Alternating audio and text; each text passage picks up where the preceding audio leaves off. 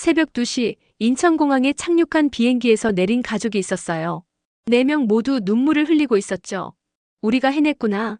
이 가족은 불과 96시간 전만 해도 북한의 핵심 연구시설에서 일하는 엘리트였어요. 그런데 지금은 모든 걸 버리고 목숨을 걸고 달려온 탈북자가 되어 있었죠. 도대체 무슨 일이 있었던 걸까요? 모든 것의 시작은 14살 소년의 작은 반란이었어요. 그 아이가 만든 프로그램 하나가 북한 전체 보안망을 48시간 동안 마비시켰거든요. 그리고 그 48시간 동안 이 가족에게 벌어진 일은 정말 영화보다 더 극적이었어요. 아버지는 수십 년간 믿어왔던 모든 것이 거짓이었다는 걸 깨달았고, 어머니는 위장 증거로 가족을 함정에 빠뜨리려는 놈들을 기지로 막아냈어요. 16세 딸은 국제 수학대회 현장에서 창문으로 탈출했고, 14세 아들은 총격전 속에서도 가족을 위해 끝까지 싸웠죠. 시작하기 전에 1초면 가능한 구독과 좋아요. 그리고 이 가족을 응원하신다면 댓글로 응원이라고 달아주세요. 그럼 지금부터 처절했던 이 가족들의 이야기가 시작됩니다. 북한의 대표적인 과학자 박준호는 평양과학기술대학에서 20년간 플라즈마 핵융합 연구를 해온 북한의 과학자였어요. 그의 연구실은 국가기밀 1급 시설이었죠. 매일 아침 7시에 출근해서 밤 10시까지 연구에 매진하는 그를 보며 동료들은 진정한 혁명 과학자라고 불렀어요.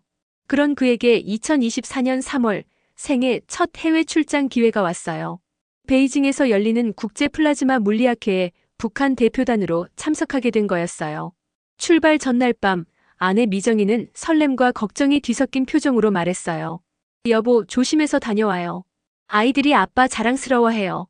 16세 딸 설인이와 14세 아들 도윤이도 아버지의 첫 해외 출장을 무척 기대하고 있었거든요. 설인이는 아빠 외국 과학자들이 우리나라 기술에 놀랄 거예요 라고 했고, 도윤이는 아빠가 세계 최고 과학자라는 걸 보여주세요라고 응원했어요. 베이징에 도착한 준호는 처음 보는 국제학회의 규모에 압도당했어요. 전 세계 50개국에서 온 과학자들이 한자리에 모여 있었거든요. 그런데 첫날 기조연설을 들으면서 그의 얼굴이 점점 굳어지기 시작했어요. 현재 토카막 핵융합 반응 지속 시간은 101초를 기록했습니다. 준호의 심장이 쿵쾅거리기 시작했어요. 북한에서 그가 자랑스럽게 여겼던 최고 기록은 3초였거든요. 101초라니. 이건 30배 이상 차이였어요. 둘째 날 독일 막스 플랑크 연구소의 발표를 보고 그는 더욱 충격을 받았어요. 그들이 보여준 플라즈마 온도 제어 기술은 북한보다 최소 30년은 앞서 있었어요. 준호가 평생 풀려고 노력했던 문제들을 이미 10년 전에 해결해 놓았더라고요. 점심시간 그는 화장실에 들어가서 거울을 보며 중얼거렸어요. 도대체 우리가 뭘 하고 있었던 거지? 그 순간 스마트폰이 울렸어요. 아내에게서 온 메시지였죠. 여보, 어때요? 우리나라 기술이 최고라고 자랑했죠? 준호는 답장을 치다가 손이 떨려서 멈췄어요. 뭐라고 대답해야 할지 모르겠더라고요. 20년간 자신이 해온 연구가, 아니 북한 과학 전체가 얼마나 뒤처져 있는지 깨달은 순간이었어요. 셋째 날 저녁 일본 과학자가 그에게 다가왔어요. 준호 씨, 북한의 핵융합 기술은 어느 정도 수준인가요? 준호는 얼굴이 빨개졌어요. 평생 자랑스럽게 여겼던 0.01초 기록을 말할 수도 없었고, 그렇다고 거짓말을 할 수도 없었거든요. 아직 연구 중입니다. 그날 밤 호텔방에서 준호는 잠을 이룰 수 없었어요. 창밖으로 베이징의 네온사인들이 반짝이는 걸 보면서 생각했죠. 우리 아이들에게 거짓된 자랑을 심어주고 있었구나. 다음 날 학회 마지막 날, 미국 프린스턴 대학교 연구팀의 발표를 보고 그는 완전히 절망했어요. 그들은 핵융합 상용화를 2030년까지 목표로 잡고 있었거든요. 반면 북한은 아직도 기초 실험 단계에서 벗어나지 못하고 있었어요. 평양으로 돌아가는 비행기 안에서 준호는 창밖을 바라보며 중얼거렸어요. 3초와 100초. 이게 우리와 세계의 차이구나. 이건 연구가 아니야, 감옥이야. 그런데 그는 아직 몰랐어요. 진짜 감옥은 이제부터 시작이라는 걸. 평양으로 돌아온 준호는 겉으로는 평상시와 다를 바 없어 보였어요. 연구소에 출근해서 동료들에게 국제학회에서 우리나라 과학기술의 우수성을 알렸다고 보고했고, 저녁에는 가족들에게 외국 과학자들이 우리 기술에 감탄했다고 말했거든요. 하지만 속마음은 완전히 달랐어요. 매일 밤 잠자리에 누워서는 베이징에서 본 그 충격적인 장면들이 계속 떠올랐거든요. 특히 독일 과학자가 보여준 플라즈마 제어 기술을 생각하면 가슴이 답답해졌어요. 30년. 우리가 30년이나 뒤처져 있다고. 그런데 이상한 일들이 하나둘씩 벌어지기 시작했어요. 출장을 다녀온 지 2주가 지난 어느 날 연구소에서 준호를 찾는 사람이 있다고 연락이 왔어요. 국가보위부 소속이라고 하더라고요. 박준호 동지, 베이징 출장은 어떠셨습니까? 40대 중반으로 보이는 남자가 준호의 연구실에 들어와 의자에 앉으며 물었어요. 그의 눈빛이 예사롭지 않았거든요. 네, 매우 유익했습니다. 우리 기술의 우수성을 널리 알릴 수 있었어요. 그렇군요. 혹시 외국 과학자들과 개별적으로 대화하신 적은 없나요? 준호의 등에 식은땀이 흘렀어요. 일본 과학자와 나눈 대화가 떠올랐거든요. 아, 간단한 인사 정도만 나누었습니다. 그렇다면 다행이고요. 앞으로 외국과의 교류는 더욱 신중해야 합니다. 우리의 소중한 기술이 유출되면 안 되니까요. 그 남자가 나간 후 준호는 온몸이 떨렸어요. 우리의 소중한 기술이라니. 정작 30년이나 뒤처진 기술을 가지고 뭔 소리인지 모르겠더라고요. 집에 돌아온 준호는 아내 미정에게 조심스럽게 물어봤어요. 미정아, 혹시 우리 집에 이상한 사람들이 다녀간 적 없어? 아니요, 왜요? 무슨 일 있었어요? 아니야, 그냥. 연구소에서 보안 점검을 한다고 해서. 하지만 미정의 눈빛이 심상치 않았어요. 뭔가 숨기는 것 같았거든요. 준호는 아이들에게도 물어봤어요. 설이나 도유나 아빠가 베이징에 간 사이에 집에 손님 온 적 있어? 설인이가 고개를 끄덕였어요. 네, 아빠 연구소 사람들이 2번 왔어요. 엄마랑 뭔가 이야기하고 갔어요. 그날 밤 준호는 잠을 이룰 수 없었어요. 침대에 누워서 천장을 바라보며 생각했죠. 혹시 내가 감시받고 있는 건 아닐까? 다음 날 아침 아내가 일찍 병원에 가고 아이들이 학교에 간 후 준호는 집안을 자세히 둘러봤어요. 그런데 정말로 이상한 게 발견됐거든요. 거실 책장 뒤쪽에 작은 검은색 기계가 붙어 있었어요. 이게 도청기야? 심장이 미친 듯이 뛰기 시작했어요. 이제 확실해졌거든요. 자신이 감시받고 있다는 게. 저녁에 아내가 돌아오자 준호는 화장실로 데려가서 수도를 틀어놓고 속삭였어요. 미정아, 우리 집에 도청기가 있어. 뭐라고요? 베이징에서 뭔가 의심스러운 행동을 했다고 생각하는 것 같아. 보위부에서 사람이 와서 확인했어. 미정의 얼굴이 하얗게 질렸어요. 그럼 어떻게 해야 해요? 일단은 평상시처럼 행동해야 해. 절대 의심받으면 안 돼. 그런데 일주일 후 더 큰 위기가 찾아왔어요. 퇴근하고 집에 들어온 준호는 아내가 초조한 표정으로 기다리고 있는 걸 봤어요. 여보, 오늘 또 보위부 사람들이 왔어요. 당신 서재를 뒤지고 갔어요. 서재로 들어간 준호는 책상 위가 어수선한 걸 봤어요. 그리고 컴퓨터 옆에 USB 하나가 놓여 있었거든요. 분명히 자신이 둔 게 아니었어요. 이게 뭐지? 호기심에 컴퓨터에 꽂아봤더니 깜짝 놀랄 만한 내용이 들어있었어요. 베이징 학회에서 찍힌 사진들과 외국 과학자들과 나눈 대화 내용들이 정리되어 있었거든요. 그런데 그 대화 내용들이 완전히 조작되어 있었어요. 실제로는 북한의 기술 수준이 어느 정도냐고 물어본 걸 북한의 핵기술 정보를 제공할 수 있냐고 물어본 것처럼 바뀌어 있었고 자신의 대답도 기밀 정보를 넘겨주겠다고 답한 것처럼 왜곡되어 있었어요. 이건 나를 간첩으로 몰려는 증거를 만들고 있어. 바로 그때 현관문이 열리는 소리가 들렸어요. 보위부 요원들이 다시 온 거였어요. 준호는 급하게 USB를 뽑으려 했는데 2명의 요원이 서재로 들어왔거든요. 여보, 뭐 하세요? 그 순간 현관에서 또 다른 발소리가 들렸어요. 누군가 뒤따라 들어오고 있었어요.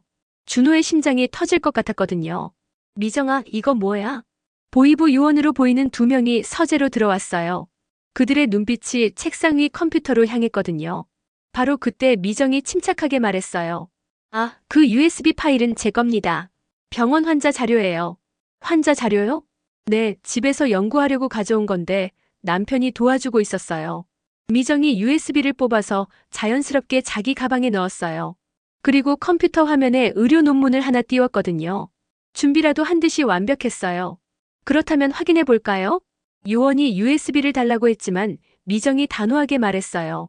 환자 정보는 의료법상 공개할 수 없습니다. 병원 허가 없이는 불가능해요. 요원들은 서로 눈빛을 주고받더니 그냥 나갔어요. 그들이 나간 후 준호는 아내를 끌어안았어요. 미정아, 고마워. 그런데 넌 어떡해? 여보, 이제 우리 진짜 위험해졌어요.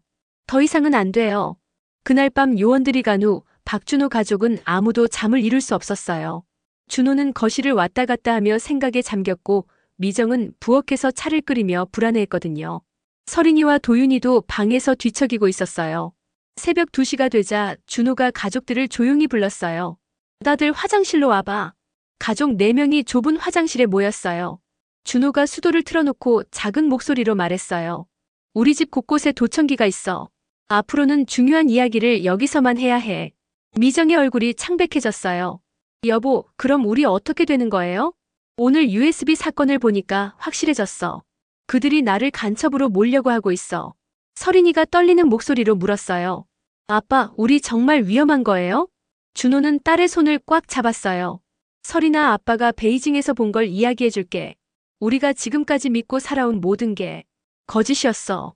그리고 준호는 국제학회에서 목격한 충격적인 진실들을 가족들에게 털어놨어요. 17분 35초와 0.01초의 차이, 30년 뒤처진 기술, 조작된 교육 내용까지. 도윤이가 눈을 동그랗게 뜨며 말했어요. 그럼 학교에서 배운 우리나라가 과학 강국이라는 것도 거짓말이에요? 그래, 도윤아. 우리는 지금까지 거짓 속에서 살고 있었어. 미정이 눈물을 글썽이며 말했어요. 그럼 우리 어떻게 해야 해요? 계속 이렇게 살 수는 없잖아요. 준호는 심호흡을 한 번 하고 말했어요. 미정아, 아이들아. 우리 이 나라를 떠나자. 화장실 안이 조용해졌어요. 서린이와 도윤이가 서로 얼굴을 바라봤거든요. 아빠, 탈북을 하자는 말씀이세요? 그래, 서린아. 더 이상 거짓 속에서 살 수 없어. 아이들에게도 진실을 알고 살 권리가 있잖아. 미정이 고개를 떨었어요. 여보, 너무 위험해요. 실패하면 우리 모두. 알아, 미정아. 하지만 지금 상황으로 봐서는 가만히 있어도 위험해. 그들이 나를 간첩으로 몰면 가족 모두 끝이야. 도윤이가 갑자기 말했어요. 아빠, 제가 도울 수 있을 것 같아요. 뭐라고? 저 컴퓨터 잘하잖아요. 연구소 시스템에 접근할 수 있어요. 준호가 깜짝 놀랐어요. 도윤아, 그게 무슨? 아빠, 연구소 컴퓨터로 가끔 게임도 하고 인터넷도 써봤어요. 내부망이라서 보안이 생각보다 허술해요. 며칠만 시간을 주면 감시 시스템에 오류를 만들 수 있을 것 같아요. 미정이 깜짝 놀라며 말했어요. 도윤아, 그런 위험한 일을. 엄마, 어차피 우리 모두 위험한 거 아니에요? 저라도 뭔가 해야죠. 준호는 잠시 고민하다가 말했어요. 도윤아, 해킹 같은 건 절대 안 돼. 하지만 내가 시스템을 잘 안다면 언제 감시가 약해지는지 정도는 알 수 있겠지? 네, 그 정도는 할 수 있을 것 같아요. 서린이도 말했어요. 아빠, 저는 다음 달에 국제 수학대회 예선이 있어요. 거기서 좋은 성적을 내면 해외 출전 기회가 생긴대요. 그게 우리한테 어떤 도움이 될까? 해외 출전을 빌미로 먼저 나갈 수 있잖아요. 준호는 아이들의 말을 듣고 가슴이 뭉클해졌어요. 어린 나이에도 가족을 위해 이렇게 생각해주다니. 미정이 한숨을 쉬며 말했어요. 정말 하는 거예요? 아이들까지 위험에 빠뜨리면서. 미정아, 계속 여기 있어도 결국 위험해. 그 조작된 USB만 봐도 알잖아. 그때 서린이가 조용히 말했어요. 엄마, 저도 사실 궁금했어요. 왜 우리나라는 다른 나라와 교류가 없는지, 왜 인터넷도 자유롭게 못하는지. 미정이 딸을 바라봤어요. 서린아, 넌 아직 어려서 몰라. 밖의 세상이 얼마나 위험한지. 엄마, 전 16살이에요. 충분히 생각할 수 있어요. 도윤이도 말했어요. 엄마, 아빠가 베이징에서 본 게 진짜라면 우리가 지금까지 속았다는 거잖아요. 계속 속고 살 수는 없어요. 준호가 아내의 손을 잡았어요. 미정아, 나도 무서워. 하지만 아무것도 안 하면 우리 모두 감옥에 갈 수도 있어. 그들이 만든 증거로 말이야. 미정이 눈물을 닦으며 말했어요. 그럼 우리 정말 해보는 거예요? 준호가 가족들의 손을 하나씩 잡았어요. 우리 약속하자. 겉으로는 평소와 똑같이 행동해. 충성스러운 가족인 척하는 거야. 하지만 속으로는 탈출 준비를 하는 거야. 겉으론 배우, 속으론 탈출자네요. 도윤이가 쓴웃음을 지으며 말했어요. 맞아, 도윤아. 우리 가족의 연극이 시작되는 거야. 미정이 걱정스러운 목소리로 말했어요. 그런데 언제까지 이런 연기를 해야 해요? 준호가 단호하게 말했어요. 도윤이가 시스템 빈틈을 찾고 서린이가 해외 출전 기회를 잡을 때까지. 그때가 우리의 디데이야. 미정이 떨리는 목소리로 말했어요. 정말 할 수 있을까요? 모르겠어, 미정아. 하지만 시도하지 않으면 영원히 이렇게 살아야 해. 서린이가 걱정스럽게 물었어요. 아빠, 만약 실패하면? 그때 생각하자. 지금은 성공만 생각해야 해. 도윤이가 주먹을 불끈 쥐며 말했어요. 아빠, 저희가 도울게요. 꼭 성공시켜요. 그날 밤부터 박준호 가족의 이중 생활이 시작됐어요. 낮에는 충성스러운 혁명 가족을 연기하고 밤에는 화장실에서 탈출 작전을 짰거든요. 하지만 그들은 몰랐어요. 진짜 시험이 이제부터 시작이라는 걸. 그로부터 2달이 흘렀어요. 박준호 가족은 완벽한 연기를 해냈어요. 낮에는 충성스러운 혁명 가족을 연기하고 밤에는 화장실에서 작전을 짰거든요. 5월 15일 오전 서린이에게 기다리던 소식이 왔어요. 아빠, 됐어요. 국제 수학 올림피아드 북한 대표로 선발됐어요. 준호의 심장이 두근거리기 시작했어요. 대회는 루마니아 클루지에서 7월에 열린다고 했거든요. 설인아, 정말 잘했어. 그날 저녁 화장실에서 가족회의가 열렸어요. 이제 시작이야. 서린이가 7월에 해외에 나가니까 우리는 6월 말까지 모든 준비를 끝내야 해. 도윤이가 작은 목소리로 말했어요. 아빠, 저도 준비 다 됐어요. 연구소 보안 시스템 교체 시간을 알아냈어요. 언제? 매주 화요일 새벽 2시부터 4시까지 2시간 동안 시스템 점검을 해요. 그때가 감시가 가장 약해져요. 미정이 불안한 목소리로 말했어요. 그런데 우리는 어떻게 나가요? 서린이만 해외에 나가고 우리는 어떻게? 준호가 지도를 꺼내며 말했어요. 우리는 두만강으로 가야 해. 내가 조사해봤는데 해산 쪽에 국경 경비가 상대적으로 약한 지점이 있어. 해산요? 평양에서 해상까지 어떻게 가요? 기차로 가야 해. 출장이라고 하고. 도윤이가 걱정스럽게 말했어요. 아빠, 그런데 우리가 모두 사라지면 금방 들통날 거예요. 그래서 시간차를 둬야 해. 서린이가 루마니아에 간 다음에 우리가 움직이는 거야. 서린이가 물었어요. 그럼 전 루마니아에서 어떻게 해요? 서린아, 넌 대회 마지막 날에 숙소에서 나와야 해. 그리고 한국 영사관으로 가는 거야. 혼자요? 응, 내가 먼저 한국에 도착해서 우리를 기다리는 거야. 미정이 눈물을 글썽이며 말했어요. 서린이 혼자 그런 일을 할 수 있을까요? 엄마, 저 할 수 있어요. 가족을 위해서라면. 6월이 되자 준비가 본격적으로 시작됐어요. 준호는 연구소에서 해산으로 가는 출장 계획서를 제출했어요. 국경지역 과학기술 지원이라는 명목으로요. 도윤이는 매일 밤 컴퓨터 앞에 앉아서 연구소 시스템을 분석했어요. 어떤 시간에 어떤 경비원이 근무하는지, 감시 카메라가 언제 점검되는지 모든 걸 외웠거든요. 서린이는 수학 문제집을 보는 척하면서 루마니아 지도와 한국 영사관 위치를 외웠어요. 그리고 간단한 영어 회화도 연습했거든요. 미정이는 가장 힘든 일을 맡았어요. 병원에서 일하면서 가족이 아플 때 필요한 약들을 조금씩 모으는 거였거든요. 6월 30일 마침내 디데이가 왔어요. 새벽 2시 도윤이가 아버지를 깨웠어요. 아빠, 지금이에요. 시스템 점검 시작됐어요. 준호는 심장이 터질 것 같았어요. 드디어 시작이구나 싶었거든요. 도윤아, 정말 괜찮아? 네, 아빠. 2시간 동안은 안전해요. 카운트다운 시작할게요. 도윤이가 작은 시계를 보며 말했어요. 2시간 후면 모든 감시 시스템이 다시 작동해요. 그 전에 연구소를 나와야 해요. 준호가 옷을 입으며 말했어요. 알겠어. 나는 지금 연구소에 가서 중요한 자료들을 챙겨올게. 해상 가는 기차는 내일 새벽 6시야. 미정이 남편의 손을 꽉 잡았어요. 여보, 조심해요. 정말 조심해요. 걱정 마, 미정아. 우리 꼭 성공시킬 거야. 준호가 집을 나서는 순간 서린이가 뒤따라 나왔어요. 아빠, 이거 가져가세요. 서린이가 작은 종이를 건네줬어요.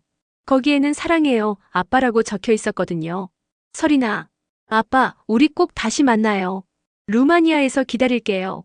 준호는 딸을 꽉 안았어요. 언제 다시 만날 수 있을지 몰랐거든요.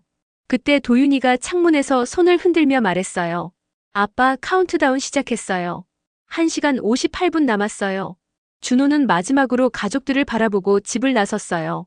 차가운 새벽 공기가 얼굴에 닿았지만 마음만은 뜨거웠거든요. 이제 진짜 시작이야. 우리 가족의 자유를 위해. 7월 12일 루마니아 클루지. 서린이는 국제 수학 올림피아드 회장에 앉아 있었지만 문제에 집중할 수 없었어요. 머릿속엔 온통 가족 생각뿐이었거든요. 지금쯤 아빠랑 엄마 도윤이는 어디에 있을까? 대회 마지막 날인 오늘 서린이는 결심을 굳혔어요. 저녁 6시 시상식이 끝나면 바로 실행에 옮기기로 했거든요. 같은 시각 평양. 준호는 해산행 기차표를 사기 위해 평양역에 와 있었어요. 가슴이 쿵쾅거렸지만 최대한 자연스럽게 행동했거든요. 해상까지 출장표 한 장 주세요. 목적이 무엇인가요? 과학기술 지원 업무입니다. 표를 받고 나오는데 뒤에서 누군가 부르는 소리가 들렸어요. 박준호 동지.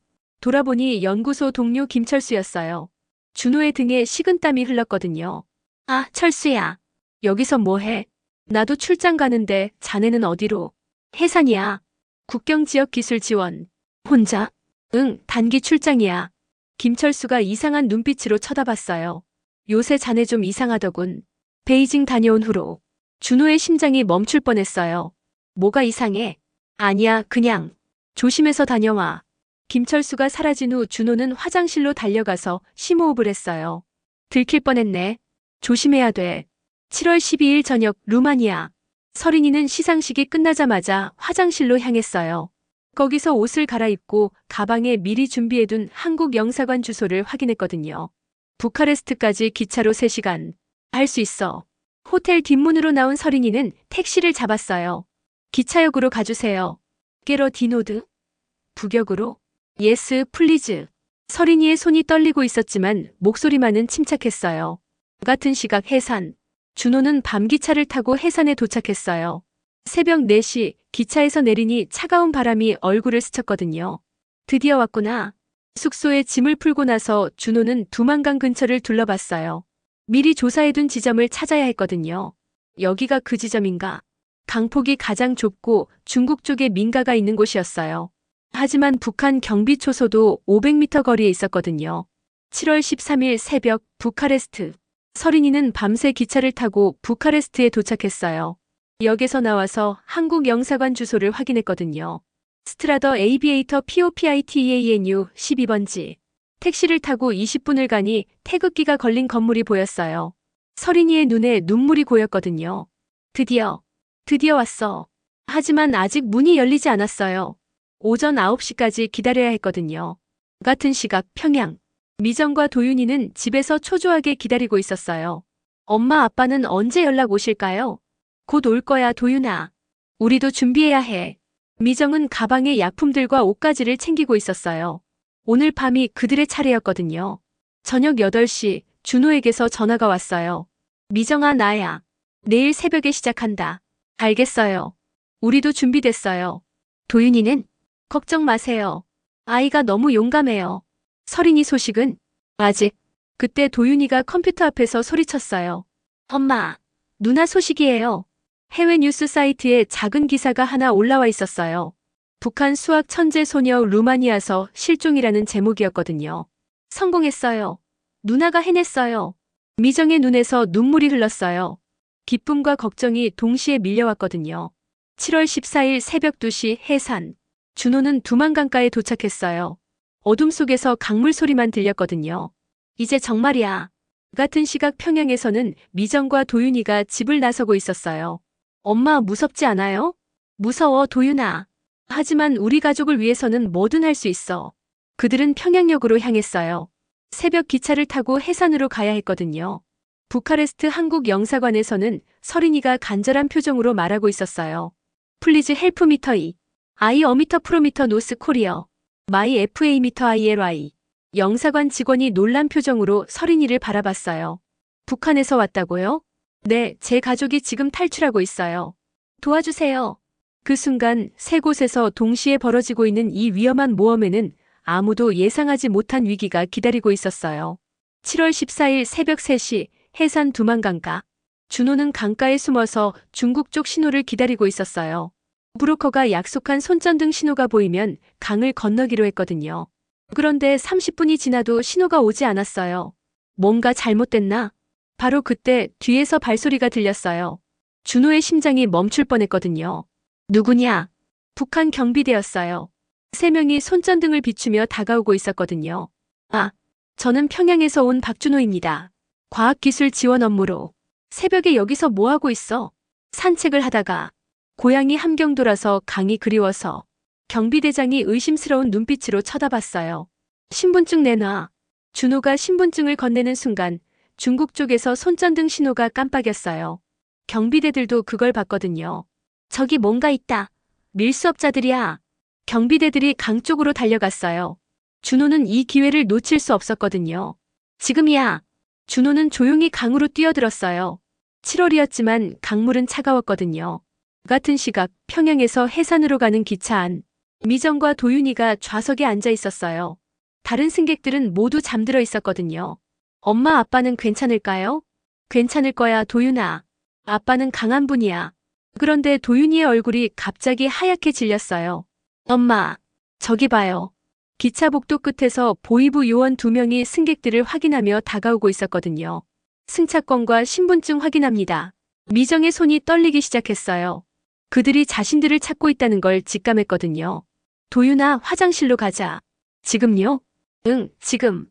그들이 화장실로 향하려는 순간 요원 중 한 명이 소리쳤어요. 저기요. 잠깐만요.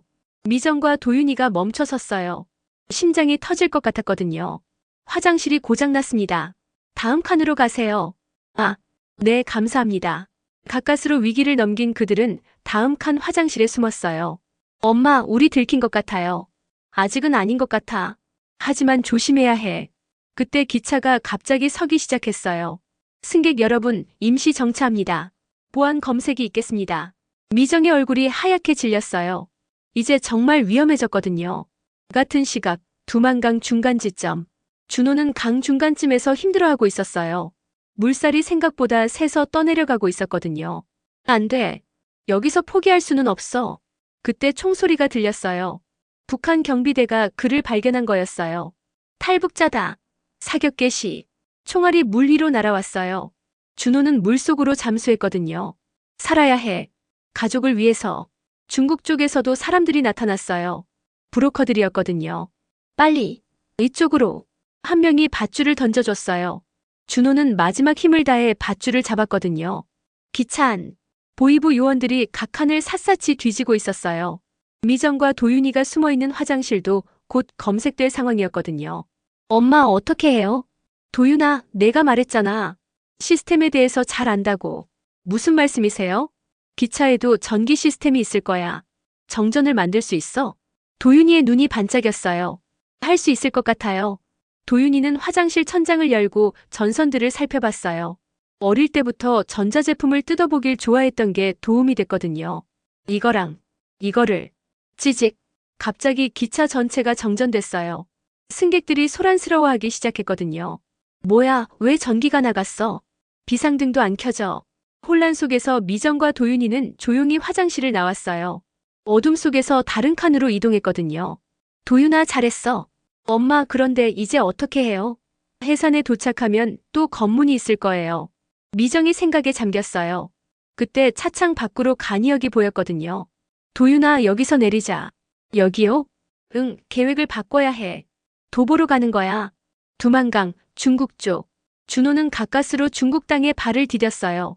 온몸이 물에 젖었고 총상은 없었지만 어깨에 상처가 났거든요. 고맙습니다. 정말 고맙습니다. 빨리 가야 해요. 중국 공안도 곧 올 거예요. 브로커가 준호에게 마른 옷을 건네줬어요. 가족은요? 다른 가족들도 오기로 했는데 아직 못 왔어요. 뭔가 문제가 생긴 것 같아요. 준호의 얼굴이 하얗게 질렸어요. 우리 가족들이. 그때 브로커의 휴대폰이 울렸어요. 네, 알겠습니다. 브로커가 심각한 표정으로 말했어요. 해사는 기차에서 대규모 검거 작전이 있었다고 해요. 많은 사람들이 잡혔대요. 준호의 다리에 힘이 빠졌어요. 우리 가족이 잡힌 건가요? 아직 확실하지는 않아요. 하지만 일단 여기서 기다려야 해요. 준호는 하늘을 바라보며 간절히 기도했어요. 제발 우리 가족이 무사하길. 그는 아직 몰랐어요.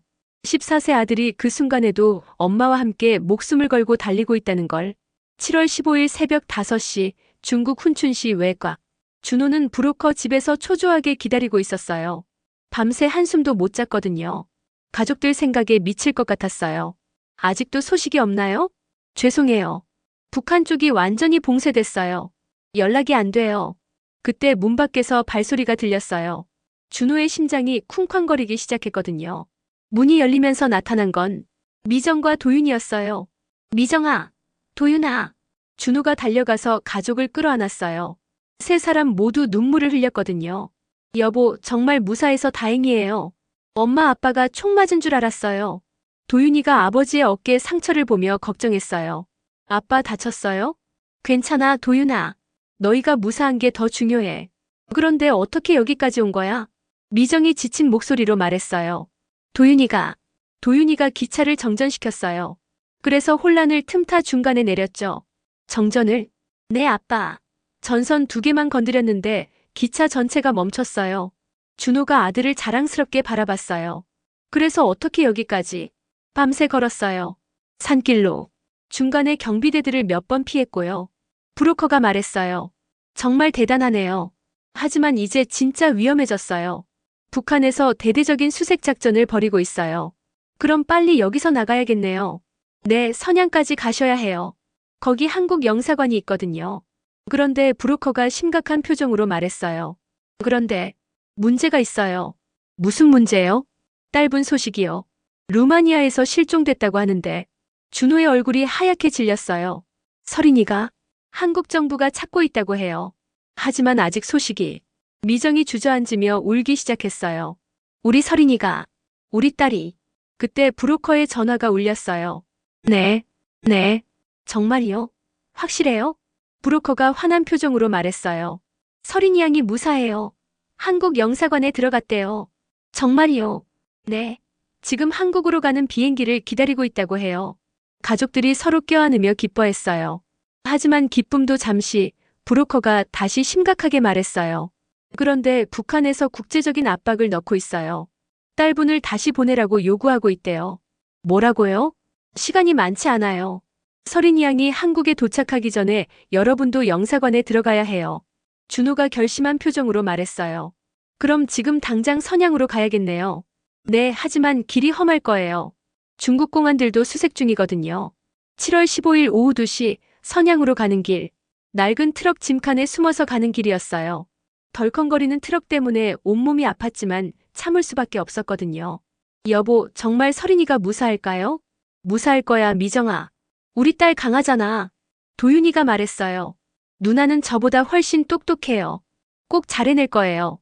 그때 트럭이 갑자기 멈췄어요. 운전기사가 뛰어와서 속삭였거든요. 검문소예요. 숨으세요. 가족들이 트럭 구석에 웅크리고 숨었어요. 심장 소리가 너무 커서 들킬까봐 걱정됐거든요. 뭐 실고 있어? 채소요, 배추랑 무. 열어봐. 짐칸 문이 열리는 소리가 들렸어요. 준호 가족은 숨을 멈췄거든요. 그냥 가. 감사합니다. 가까스로 검문을 통과한 후 가족들은 안도의 한숨을 쉬었어요. 오후 6시 선양시 한국영사관 앞.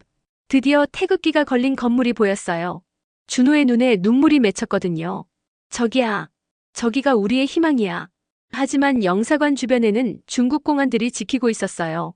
어떻게 들어가죠? 브로커가 말했어요. 정문으로는 힘들어요. 뒷문을 이용해야 해요. 뒷문이요? 네, 제가 길을 알아요. 하지만 달려야 해요. 발각되면 끝이거든요. 준호가 가족들의 손을 잡았어요. 준비됐어? 네. 그럼 지금 4명이 동시에 뛰기 시작했어요. 영사관 뒷문까지는 200m였거든요. 저기다. 탈북자들이야. 중국 공안이 그들을 발견했어요. 휘슬 소리가 울렸거든요. 빨리, 더 빨리.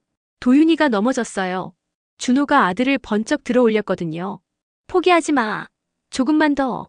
영사관 문이 점점 가까워졌어요. 그런데 공안들도 빠르게 따라오고 있었거든요. 멈춰. 총성이 울렸어요. 하지만 위협용이었죠. 마침내 영사관 뒷문에 도착했어요. 준호가 문을 두드렸거든요. 도와주세요. 우리는 북한에서 온 가족입니다. 문이 열렸어요. 한국 영사관 직원이 나타났거든요. 빨리 들어오세요. 가족 4명이 영사관 안으로 뛰어들었어요. 문이 닫히는 순간 중국 공안들이 도착했지만 이미 늦었어요. 영사관 안에서 준호 가족은 서로 껴안으며 울었어요. 해냈다. 정말 해냈어. 영사관 직원이 말했어요. 서린양이 여러분을 기다리고 있어요. 한국에서요. 그때 도윤이가 말했어요. 우리 정말 자유가 된 건가요? 준호가 아들을 안으며 말했어요. 그래, 도윤아. 이제 정말 자유야. 7월 20일 새벽 2시 인천국제공항. 5일간의 긴 여행을 마치고 박준호 가족 3명이 드디어 한국 땅을 밟았어요. 비행기에서 내리는 순간 준호의 다리에 힘이 풀렸거든요. 정말 왔구나. 미정이 남편의 팔을 꽉 잡으며 말했어요. 여보, 꿈 같아요. 정말 꿈 같아요. 도윤이는 공항 천장을 바라보며 감탄했어요. 와, 이게 진짜 자유로운 나라구나. 공기가 다른 것 같아요. 입국 수속을 마치고 나오는 순간 멀리서 달려오는 사람이 보였어요. 아빠, 엄마, 도윤아, 설인이었어요. 준호는 딸의 모습을 보자마자 눈물이 터져 나왔거든요. 설인아, 우리 설인아. 가족 4명이 공항 로비에서 한참 동안 껴안고 울었어요. 지나가는 사람들이 모두 쳐다봤지만 상관없었거든요. 누나가 진짜 해냈구나. 도윤아, 너도. 내가 기차를 정전시켰다면서. 정말 대단해. 설인이가 부모님께 말했어요. 아빠, 엄마 정말 고생하셨어요. 루마니아에서 기다리는 동안 얼마나 걱정했는지 몰라요. 준호가 딸의 머리를 쓰다듬으며 말했어요. 설인아, 내가 용감해서 우리가 여기까지 올 수 있었어. 고마워. 아빠, 베이징에서 보신 게 진짜였어요? 그래, 설인아. 우리는 진짜 자유로운 세상에 왔어. 정부 관계자가 다가와서 말했어요. 수고 많으셨습니다. 임시 거주지로 안내해드릴게요. 차를 타고 이동하면서 창밖을 바라본 도윤이가 말했어요. 엄마, 저기 네온사인들 봐요. 정말 예뻐요. 그러게, 아빠가 베이징에서 봤다던 그런 풍경이구나. 설인이가 말했어요. 루마니아에서도 이런 불빛들을 봤는데 그때 정말 신기했어요. 밤에도 이렇게 밝을 수 있다는 게. 임시 거주지에 도착해서 짐을 풀고 나니 새벽 4시가 됐어요. 가족들은 거실에 모여 앉았거든요. 준호가 조용히 말했어요. 여러분, 우리가 해냈어요. 미정이 남편의 손을 잡으며 말했어요. 여보, 그때 베이징에서 돌아와서 처음 얘기했을 때가 생각나요? 정말 무서웠어요. 나도 무서웠어, 미정아. 하지만 우리 아이들이 거짓 속에서 살게 할 수는 없었잖아. 도윤이가 말했어요. 아빠, 이제 진짜 자유롭게 컴퓨터 할 수 있는 거예요? 그래, 도윤아. 이제 내가 원하는 모든 걸 배울 수 있어. 설인이가 물었어요. 아빠, 이제 뭘 하실 거예요? 준호가 잠시 생각하더니 말했어요. 설인아, 아빠는 지금까지 20년 동안 3초에 만족하며 살았어. 하지만 이제는 100초, 아니 그보다 더 오래 지속되는 걸 만들고 싶어. 무슨 말씀이세요? 진짜 과학을 하고 싶다는 뜻이야. 그리고 무엇보다 우리 가족이 자유롭게 사는 모습, 그게 내가 만든 가장 위대한 실험이야. 미정이 눈물을 닦으며 말했어요. 그래요. 우리가 여기 있다는 게 기적 같아요. 창밖으로 해가 떠오르기 시작했어요. 설인이가 창가로 가서 말했어요. 와, 햇살이 정말 따뜻해요. 북한에서 보던 해와는 다른 것 같아요. 왜 다른 것 같은데? 자유로운 해 같아요. 준호가 일어서서 가족들을 바라봤어요. 여러분, 이제부터는 진짜 우리의 시작이에요. 과학자 박준호가 아니라 자유인 박준호로 새로 시작하는 거예요. 도윤이가 밝게 웃으며 말했어요. 아빠, 저도 자유인 박도윤이 되는 거네요. 그래, 도윤아. 우리 모두 자유인이야. 미정이 가족들을 바라보며 말했어요. 우리가 정말 해냈네요. 3초와 100초의 차이를 깨닫는 작은 균열이 우리 가족 전체를 자유롭게 만들었어요. 그때 도윤이가 컴퓨터를 켜더니 말했어요. 와, 인터넷이 진짜 자유롭네요. 뭐든 검색할 수 있어요. 도윤아, 뭘 검색해보고 싶어? 대한민국 과학자가 되는 방법이요. 가족들이 웃음을 터뜨렸어요. 정말 오랜만에 들어보는 진짜 웃음이었거든요. 설인이가 말했어요. 저는 세계 수학자들의 연구를 찾아볼래요. 이제 정말 세계적인 연구를 할 수 있겠네요. 준호가 아이들을 바라보며 생각했어요. 베이징에서 본 그 101초보다 더 소중한 걸 얻었구나. 우리 가족의 자유 말이야. 해가 완전히 떠오른 새벽 7시, 준호는 창가에 서서 밖을 바라봤어요. 사람들이 자유롭게 거리를 걸어가는 모습이 보였거든요. 이제 우리도 저렇게 자유롭게 살 수 있어. 미정이 남편 옆에 서서 말했어요. 여보, 우리 정말 잘한 거 맞죠? 그럼 미정아, 우리가 한 일 중에 가장 잘한 일이야. 이제 박준호 가족의 진짜 이야기가 시작됐어요. 더 이상 3초에 만족하지 않는 진짜 자유로운 삶 말이에요. 오늘도 어딘가에는 진실을 갈망하는 사람들이 있을 거예요. 이 영상이 도움이 되셨다면 구독과 좋아요를 눌러주시고 자유를 꿈꾸는 모든 분들을 응원한다면 댓글로 희망이라고 달아주세요. 작은 균열 하나가 거대한 변화를 만들어낼 수 있다는 걸 박준호 가족이 보여줬거든요.